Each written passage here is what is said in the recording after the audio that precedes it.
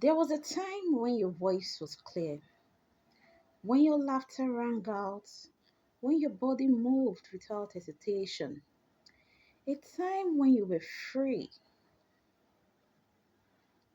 Then the world pressed in. You tried to speak, but the words tangled in your throat. You tried to be heard, but the air swallowed you whole. You tried to dance, but your body felt heavy, foreign. You tried to play, but the weight of expectation crushed the joy before it could even rise. Something, someone taught you to be small, taught you that silence is safer than truth, that stillness is better than stumbling, that control is survival. But silence is never empty. Stillness is never peaceful. Control is never speak.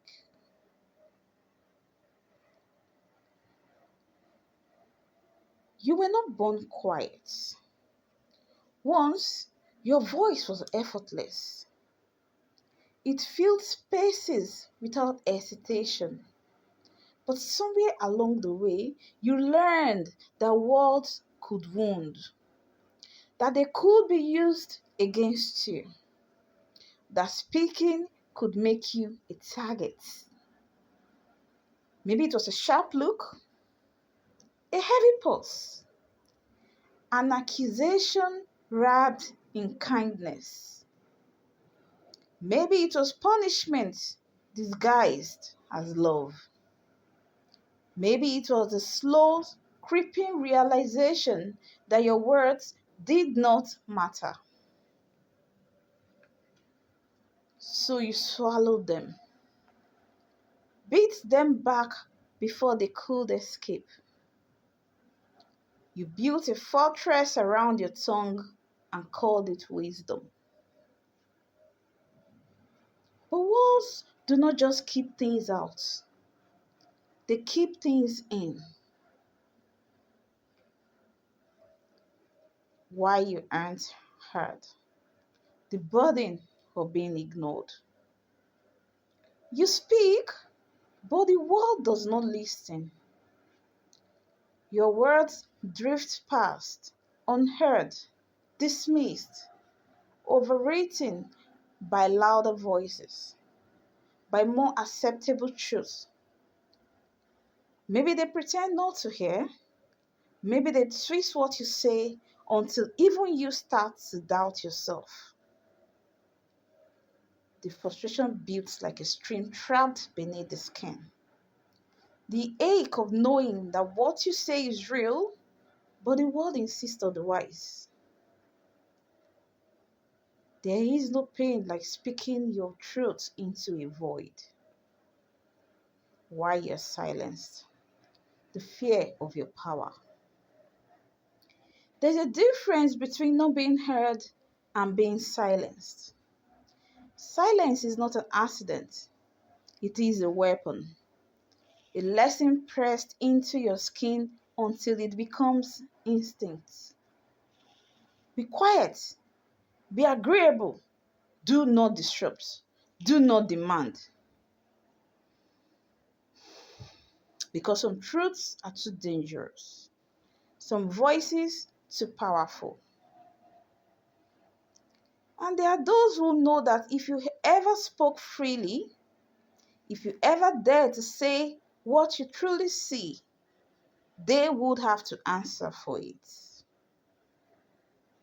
So they cut you down before you can rise.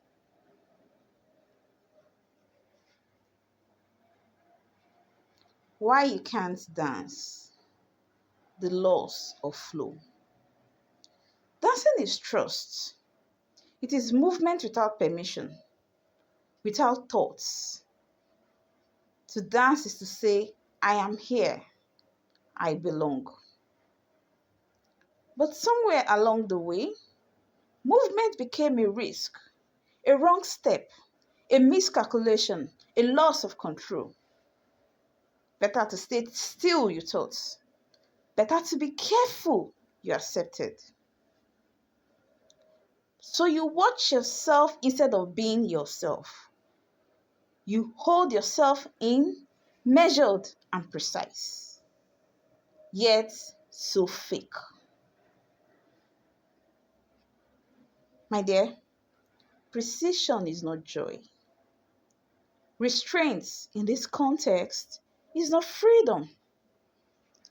The music plays, but you're not really a part of it. Or are you? Why you can't play? The weight of survival. Play is luxury for those who do not have to be careful. Don't you agree?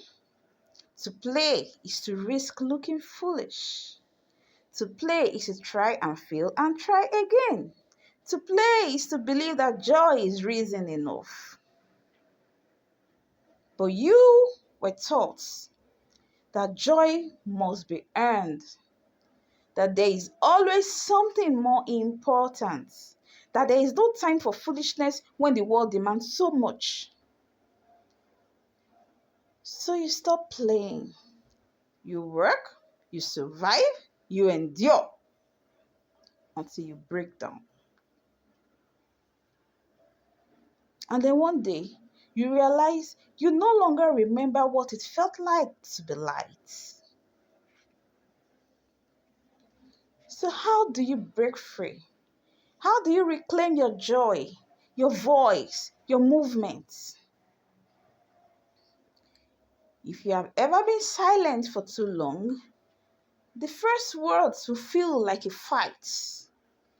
If you have been unheard for too long, speaking will feel like shouting into the wind.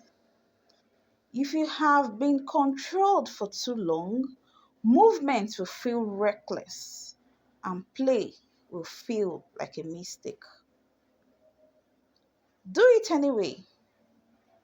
Speak even if your voice shakes.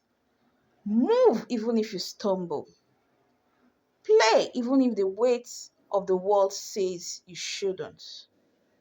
Because silence is not peace. Stillness is not safety. Control is not life. And you, my dear, were not made to be caged.